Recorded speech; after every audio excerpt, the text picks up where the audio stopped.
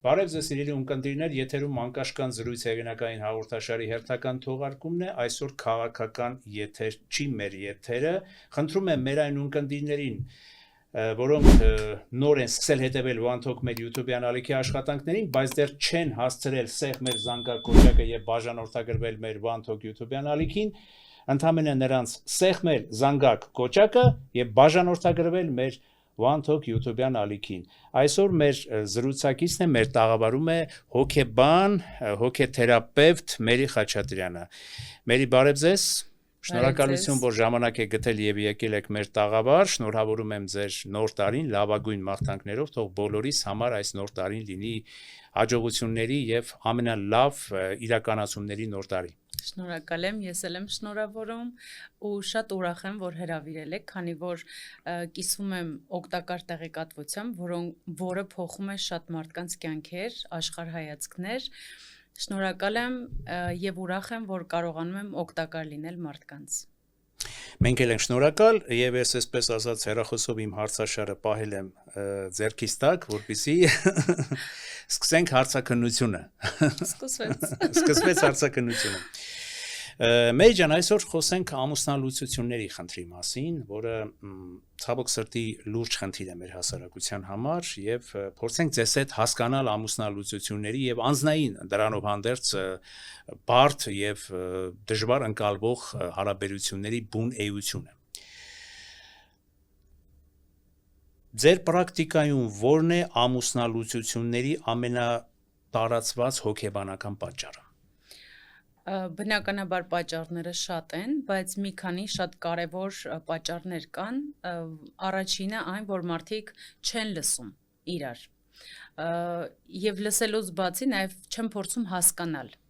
Նստեն հասկանան ինչ է ուզում դիմացինը։ Եվ դրա պատճառով էլ սկսում են մեկուսանալ մեկը մյուսից։ Այսինքն կարող են մարդիկ լինեն հարաբերությունների մեջ, բայց իրականում հարաբերությունների մեջ իրենց գալ միայնակ։ Հաջորդ պատճառը դա երբ որ չեն ունենում սահմաններ, չեն հարգում մեկը մյուսին։ Ու երբ որ դու չես հարգում դիմացինիդ որոշումները, փորձում ես փոխել, քեզ հարմարեցնել, այսինքն օրինակ կինը իր ողջ կյանքում փորձում է տղամարդուն փոխել։ Այսինքն խաբկանքների մեջ է, որ ինքը կարող է փոխել տղամարդուն։ Իսկ տղամարդը միշտ ենթագիտակցորեն ճնշում է կնոջը։ Իրականում, երբ որ այդ խաբկանքների ձերբազատվում ես, հասկանում ես դու մարդուն արդեն ընտրել ես։ Ու այդ փոխելու գործընթացը նաև որ կա, եթե ծնողը չի կարողացել փոխել իր տղային, դու ինչպես ես կարողանալու։ Ու դա անիմաստ պայքար է, այսինքն անիմաստ քեզանից էներգիա է գնում։ Դու մարդուն պետք է ընդունես այնպես, ինչպես որ կա։ Երբ որ դու սկսում ես փոխել, դու անիմաստ պայքարի մեջ ես մտնում ու կորցնում ես քո ամեն ինչը, քո ներաշխարը, քո խաղաղությունը։ Հաջորդ պատճառներից մեկը այն է, երբ որ մարդը լռում է։ Եվ սկսում է կուտակել զայրույթ, վիրավորանքներ ու այնուհետև կուտակելով դա գալիս է, որ մի օր մարդը պայթելու է։ Ու ամուսնալուծությունը դա ինչ որ խնդրից հետո չի լինում։ Հիմնականում դա ժամանակի ընթացքում կաթիլ կուտակվում է։ Եվ ոչինչ պետք չի այս կյանքում կուտակել։ Այսինքն եթե եղավ խնդիր,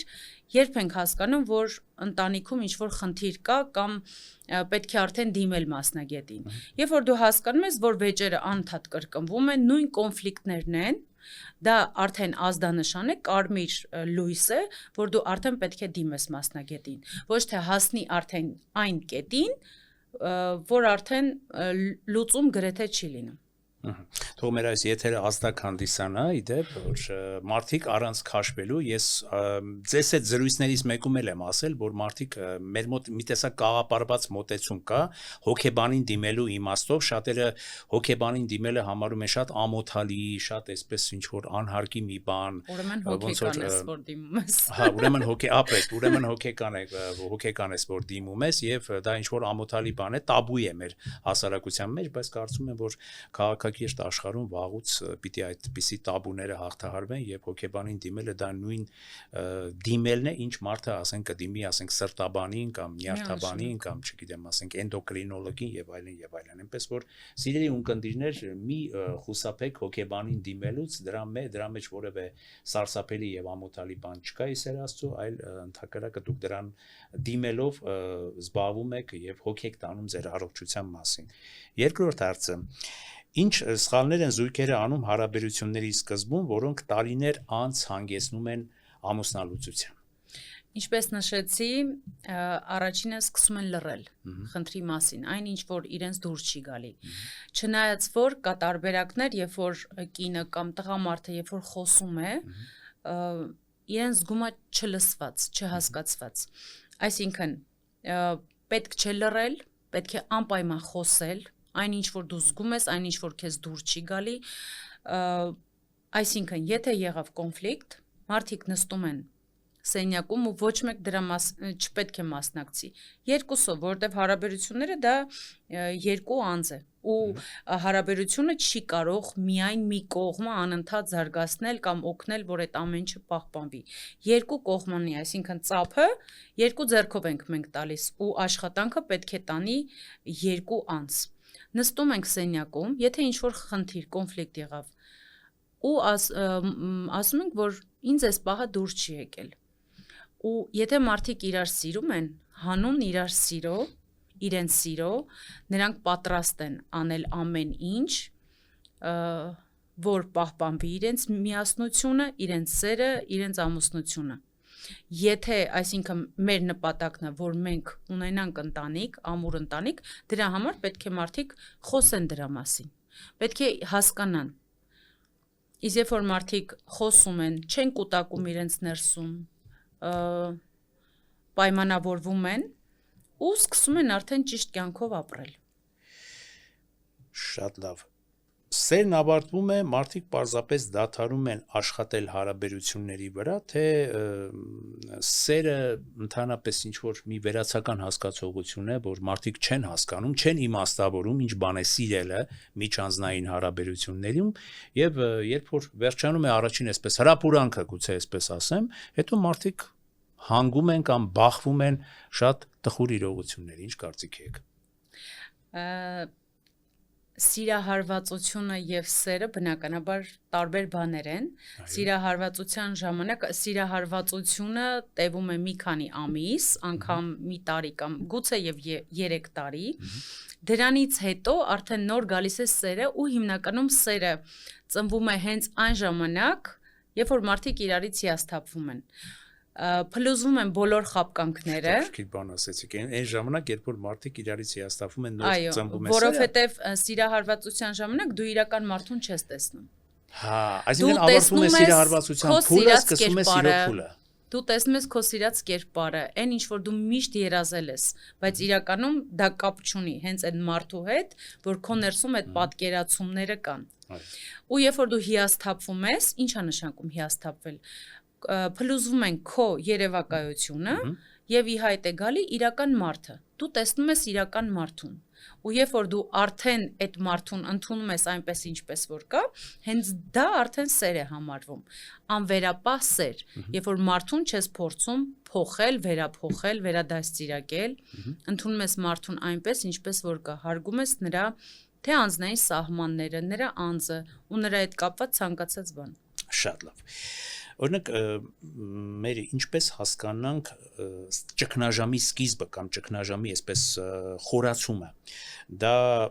արդեն գալիս է նրանից, որ խորքային անհամատեղելիություն կա զույգերի միջև, թե պարզապես այդ ձեր ասած սիրահարվածության այդ շրջանում մարդիկ չեն հասկացել եւ կատարել են սխալ ընտրություն։ Այո, սիրահարվածության ժամանակ մարդիկ չեն նկատում, նրանք արդյոք ունեն ընդհանուր, նրանց մշակույթները արդյոք նույնն են թե ոչ, նրանց պատկերացումները, նպատակները արդյոք նույնն են թե ոչ, ու հետո երբ որ բախվում են հենց այն կետին, որտեղ մարդու մոտ առաջանում է հիասթափություն, արդեն հասկանում են, որ դիմացինը այլ մարդ է, եւ նրա արժեքները հոգեվոր եւ ընդհանրապես արժեքները կյանքի այլ են բայց դա էլ ոչինչ չի նշանակում եթե մարդիկ իրար սիրում են հանուն իրենց սիրո հանուն իրենց հարաբերությունների կարող են այնպես կազմակերպել այնպես կառուցել իրենց հարաբերությունները որ նաեւ հնարավոր է այդպես հարաբերություն ունենալ հասկանալի է Այսինքն օրինակ պատկերացնենք վիճակ տեղի է ունեցել կոնֆլիկտ բաժանում չգիտեմ նյութական հողի վրա են ասում թե ինչ որ մի պատճառ ժողովրդական խոսքով ասած մահանա չգիտեմ այդ հայկական բառը թե հայկական բառ չի որպես հոգեբան այ որ նշաններից կարող եք զգալ հնարավոր է այս ամուսնալուծությունը այս անջրպետը կանխել զույգերի միջև թե հնարավոր չի Եթե մարդիկ ուզում են, այո, հնարավոր է։ Այսինքն հարաբերությունը դա երկու կողմանի է։ Հնարավոր չի մեկը չուզի, իսկ մյուսը ուզի ու ինչ որ մի բան ստացվի։ Այսինքն երկուսն է պետք է ցանկանան։ Եթե երկուսը ցանկանում են, ամեն ինչ հնարավոր է։ Այսինքն նաև մարդիկ պետք է սովորեն առողջ կոնֆլիկտները լուծել առողջ կերպով։ Շատ ժամանակ մարդիկ չգիտեն դա ինչպես է։ Այսինքն, եթե մենք ունենք կոնֆլիկտ, մենք կարող ենք նստել, խոսել իրար հետ։ Պարտադիր չի դա վեճի բռնկվի։ Նաև դա էլ է մշակույթ։ Ինչպես ճիշտ բանակցություններ վարես քո զուգընկերոջ հետ։ Ու հասկանաս, որ դա նորմալ է, երբ որ դու արտահայտում ես քո ներսի վեճերը, խնդիրները, անհամաձայնությունները։ Մեր ինչ դեր ունի զրույցը օրինակի համար, ասենք, երբ մարդիկ խոսում են իրար հետ, բայց կան, չէ, լինում են, չէ, վիճակներ, օրինակ եղել են ամուսնալուծման եզրին հայտնված զույգեր, որ դիմել են ձեզ, դուք կարողացել եք փրկել նրանց ընտանիքը,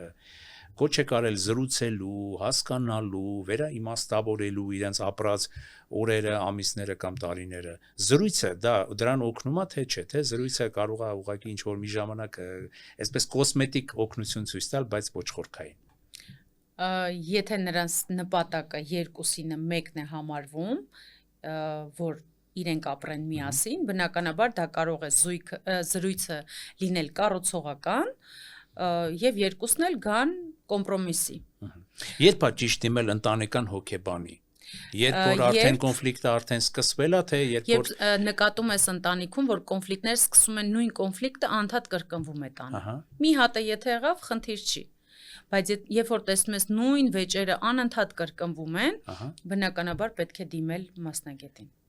Այսինքն այդ մի քիչ եղավ այնպես, որ ձեր խոսքից հասկացա, որ դանակը հասնի ոսկորին Չէ, ոսկորին չէ, մի քանի անգամ։ Մի քանի անգամ։ Ոսկորին մի քանի անգամից չի լինում։ Չէ, դե մի անգամից։ Մտքովս անցավ կներեք եվրոպացիների մոտ այսպիսի բան կա, չէ՞, մատը որ ասում են եվրոպացին, որ մատը քերձվում է, ամիջապես դիմում է բժշկի։ Միգուցե մենք էլ այդպես անենք, ընտանիքներին դուք կոչ անեք, որ հենց սկսվում են ինչ որ փոքրիկ նախանշաններ ընտանեկան վեճերի, ամուսնական վեճերի, ամիջապես դիմել հոգեբանի։ Ես կարծում եմ, որ մի հատ պետքա փորձ ունենա, արդյոք նա կարող է ինքնուրույնը այդ ամենը հաղթարել, թե ոչ, գուցե եւ ստացվում է, ինչու ոչ։ Բայց եթե փորձում է ու չի ստացվում, այսինքն գալիս է մի հատ պատնեշի առաջ է կանգնում, բնականաբար այդ ժամանակ կարող է մեկ կողմի փոփոխությունը փոխել իրավիճակը ընտանիքում։ Դեպի լավ թե դեպի վատ։ Իհարկե դեպի լավը։ Հիմնականում երբ է խնդիրները առաջանում հարաբերություններում, երբ որ մի զուգընկերը ավելի զարգանում է, իսկ մյուսը մնում է ներքևում։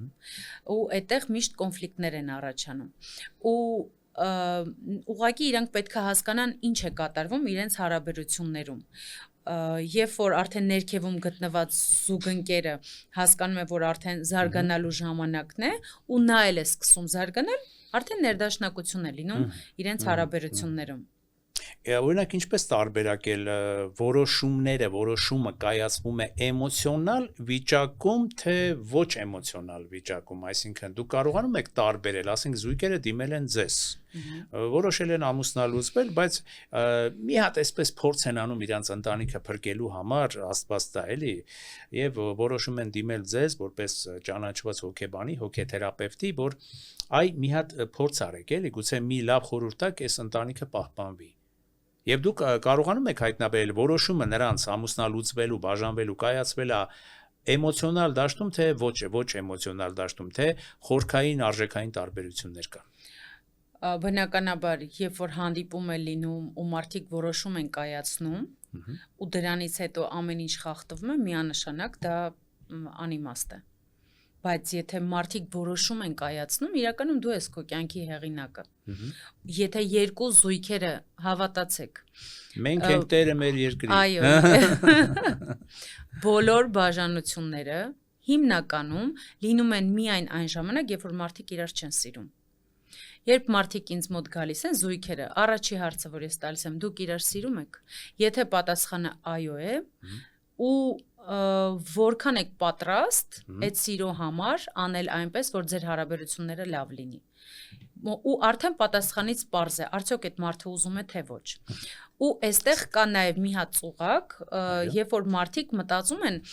որ զուգընկերը կարող է լրացնել իր տրավմաները, բուժել ու լրացնել իր ներսի դատարկությունը։ Զուգընկերը պետք է լրացնի, այսինքն կա արտահայտություն, որ ամուսնանա լինեմ երջանիկ։ Այսինքն այն դատարկությունը, որ քո ներսում կա, դու մտածում ես այդ խաբկանքա, որ զուգընկերը գալու է եւ քեզ երջանկացնելու է։ Հակառակ, զուգընկերը գալու է ու քո ներսի դատարկությունը ավելի է մեծացնելու։ Ու դու մի բան պետք է հասկանաս, որ դիմացինը երբեք չի կարող լրացնել քո ներսի այն բացը, որը կա քո ներսում, ու այդ բացը միայն կարող ես դու ինքդ լրացնել։ Այսինքն սա աշխատանք է, որ յուրաքանչյուր մարդ պետք է տանի իր կյանքում։ Ու շատ կանայք, գուցե եւ տղամարդիկ, երբ որ շատ կարեւոր բան եմ ասում, երբ որ քո անձից ու Աստծուց վերև ես դասում ցանկացած անձի, դու շատ հոգեբանական ու շատ ծանր իրավիճակներում ես հայտնվելու։ Այսինքն այս կյանքում առաջինը Աստված, հետո դու ու դրանից հետո նոր ամուսին, երեխաներ, ծնողներ։ Այսինքն այս հերթականությունը պետք է կարակ, եթե ինչ-որ մեկ Աստծու հետ կապված խնդիր ունի, կարա Աստծուն դնի, բայց առաջինը դու ես, հետո նոր քո զուգընկերը, երեխաները, ծնողները։ Այսինքն այս դասավորվածությունը չպետք է վերև ներքև անենք։ Իդեպ սուրճ խմենք նաև զրուցելիս, որովհետև հետաքրքիր այսպես հանգուցալուծման է մոտենում մեր այսօրվա զրույցը։ Օրինակ, մեր ջան, որոնք են այն հարցերը, որ մարդը պիտի տա, հատկապես մեր երիտասարդների նոր ընտանիք կազմողներին թող այդ հարցը շատ հուզի, որոնք պիտի տան իրենք իրենց ամուսնանալուց առաջ։ Ամուսնանալուց առաջ։ Այո, այսինքն ընտանեկան կյանք մտնելուց առաջ, պատասխանատու ընտանեկան ատյան մտնելուց առաջ։ Արդյոք ես պատասխանատու եմ բոլոր իմ քայլերին, ու եթե ես այսպիսի այսինքն եթե դու ունես ինչ-որ արդեն հարաբերություն, արդյոք պատրաստ ես մնալ այդ հարաբերություններում նաև 5-ից 10 տարի շարունակ։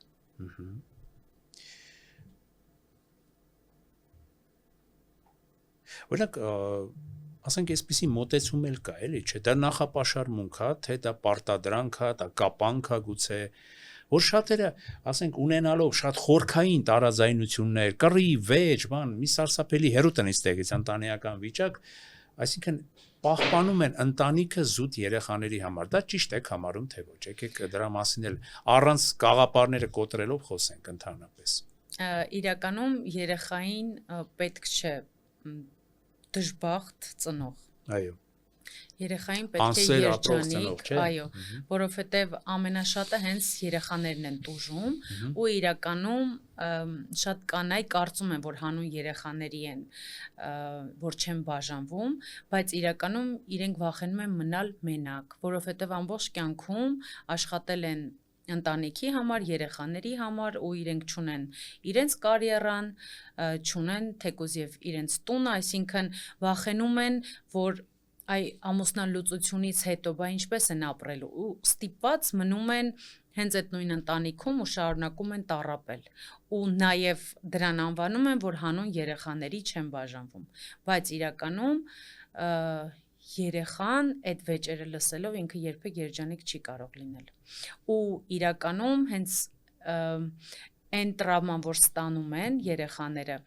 անգիտակցորեն, ենթագիտակցորեն ընտրում են հենց նման հարաբերություններ, որ նաև ապրեն հենց այդ սցենարները։ Ինչի համար, որովհետև իրեն հենց այդ սցենարը արդեն ավելի ծանոթ է։ Գուցե եւ որ հետագայում հենց այդ սցենարի մեջ կարողանա հաղթարի այն խնդիրը, որ չի կարողացել փոքր ժամանակ հաղթարի։ Հասկանալի է։ Ինչպես բաժանվել, եթե բանը հասել է բաժանվելու։ Առանց ինքը իրեն կործանելու, այսինքն եթե դու բաժանվում ես ինչ որ մեկից, հա, եւ արդեն ուրիշ տարբերակ չունես, ինչպես դուք ասեցիք, չէ, այսինքն տարաձայնությունները այն աստիճան խորքային են, որ արդեն հնարավոր չի այդ ընտանիքը պահպանել, բայց պիտի գոնե յուրաքանչյուր կողմ ինքը իրեն պահպանի։ Բայց շատերը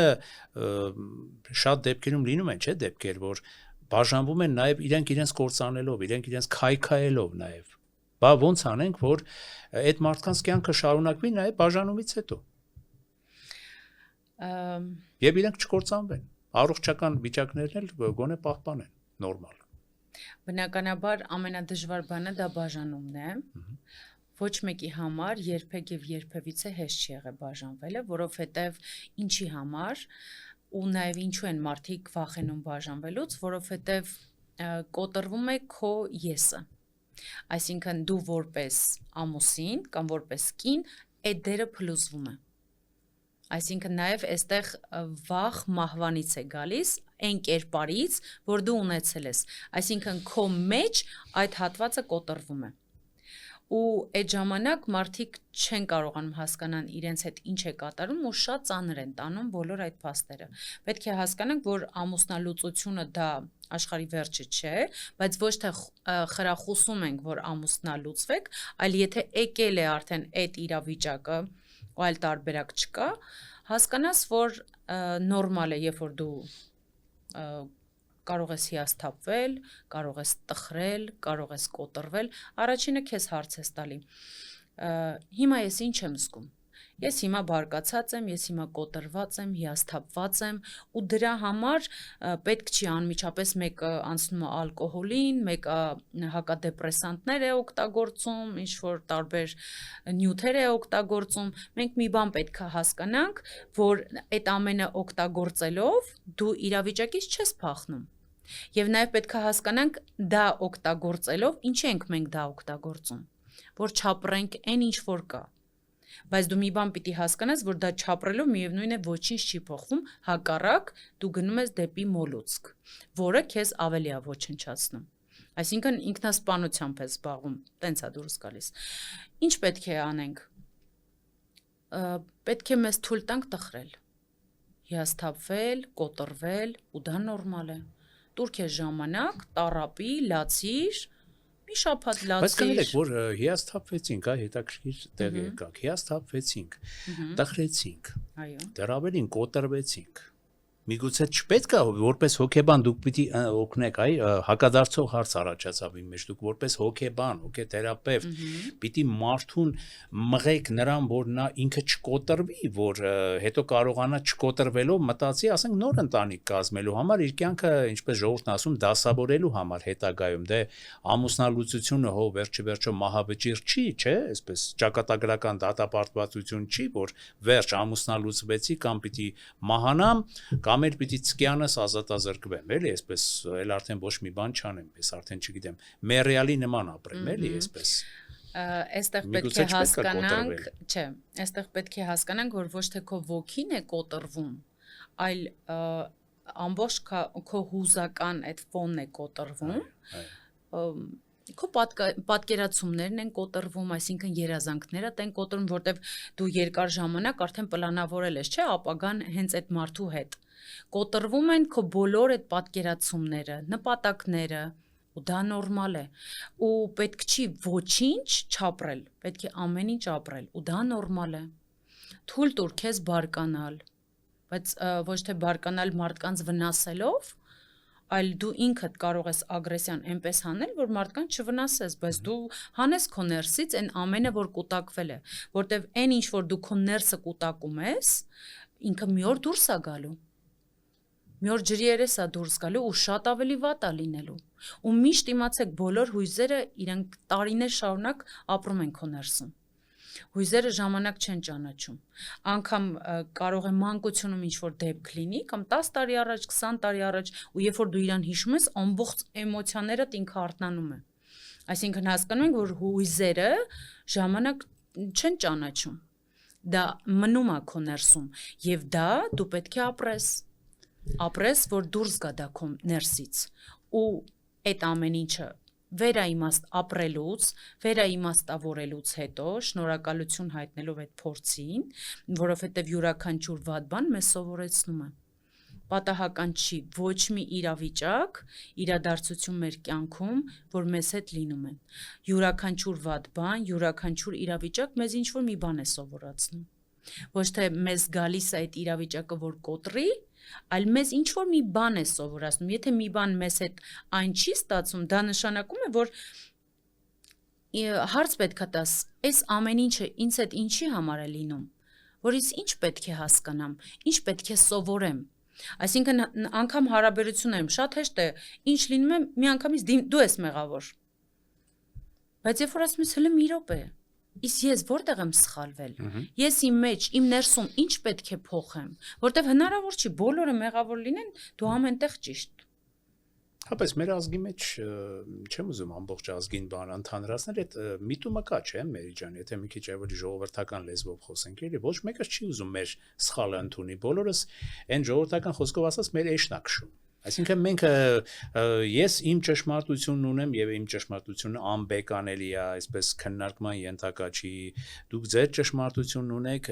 ձեր ճշմարտությունը քննարկման ենթակա չի։ Բա էլ որտեղից իրար ճիշտ հասկանանք։ Հետո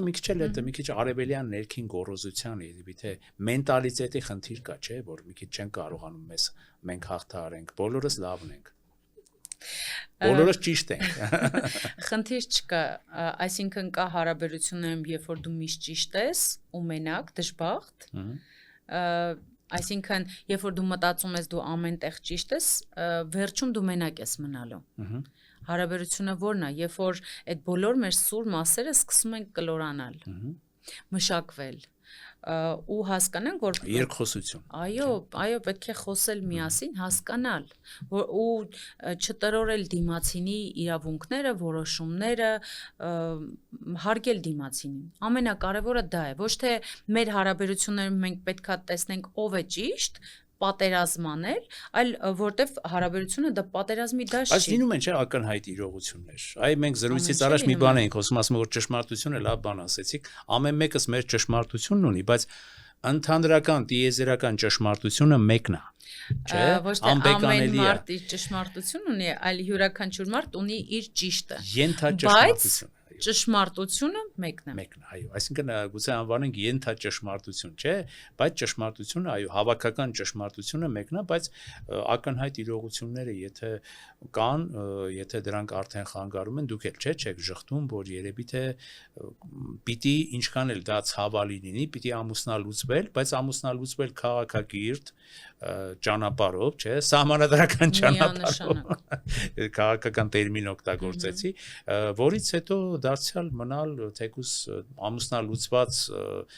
նախկին կողակցի հետ նորմալ քաղաքակիրթ հարաբերությունների դաշտում։ Դա ճիշտ չէ համարում։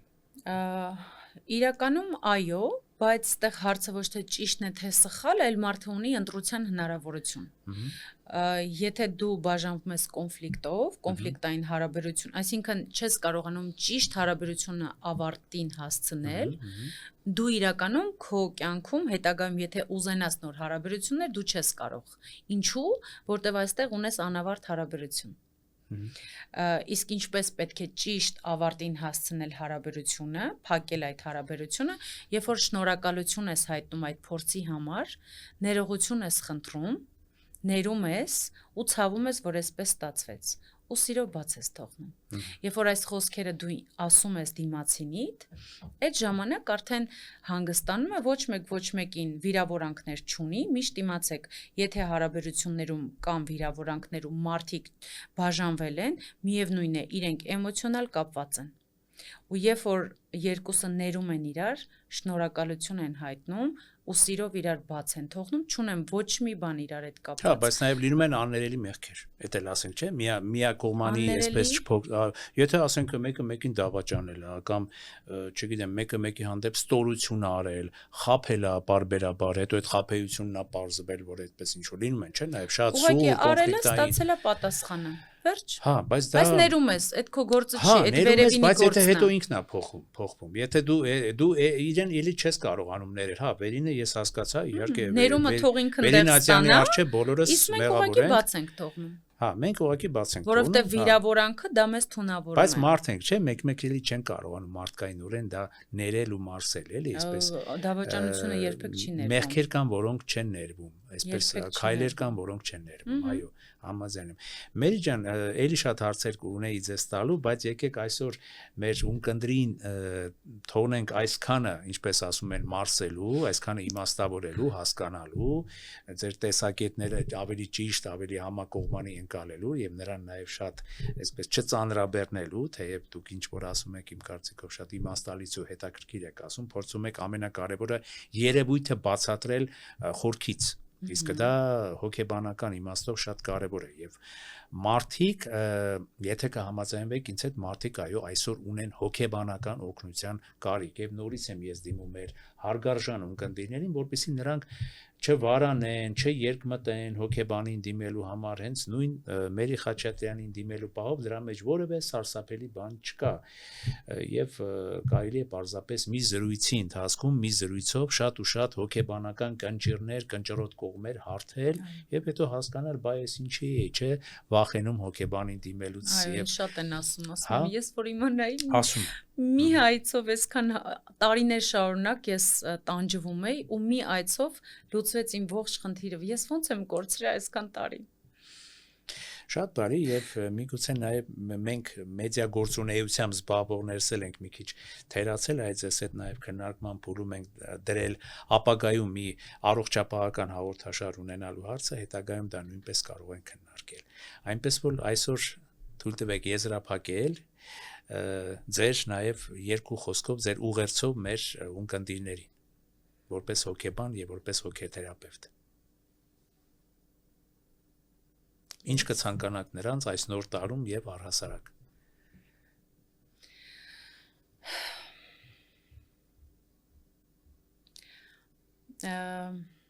որ մարդիկ իրենց շատ սիրեն, իրենց շատ գնահատեն, ուղարկեն իրենց սահմանները ու հասկանան, որ այս կյանքում այն ինչ որ դու ուզում ես, փորձես սովորես ինքդ քեզ տալ։ Ու երբ որ դու քո հետ դառնաս ներդաշնակ, ամեն ինչ կարգի իր տեղն է ընկնում արդեն։ Ու արդեն դու կարող ես հանգիստ երջանիկ լինել։ Ու արդեն կգա հենց այդ մարդը ու կերջանկացնի քեզ։ Շնորհակալություն, միանում եմ ձեր մաղթանքներին։ Եթերում անկաշկան զրույց հեղինակային հաղորդաշարի հերթական թողարկումներ, մեր զրուցակիցներ ճանաչված հոգեբան, հոգեթերապևտ Մերի Խաչատրյանը։ Ես կրկին դիմում եմ մեր այն ունկնդիրներին, ովքեր հետևում են մեր One Talk YouTube-յան ալիքի հաղորդումներին, բայց դեռ չեն հասցրել բաժանորդագրվել մեր ալիքին, խնդրելով նրանց ընդհանրապես սեղմել զանգակ կոճակը եւ բաժանորդագրվել մեր One Talk YouTube-յան ալիքին, որի համար կլինենք խորապես շնորհակալ։ Շնորհակալություն, այսօր այսքանը, կհանդիպենք։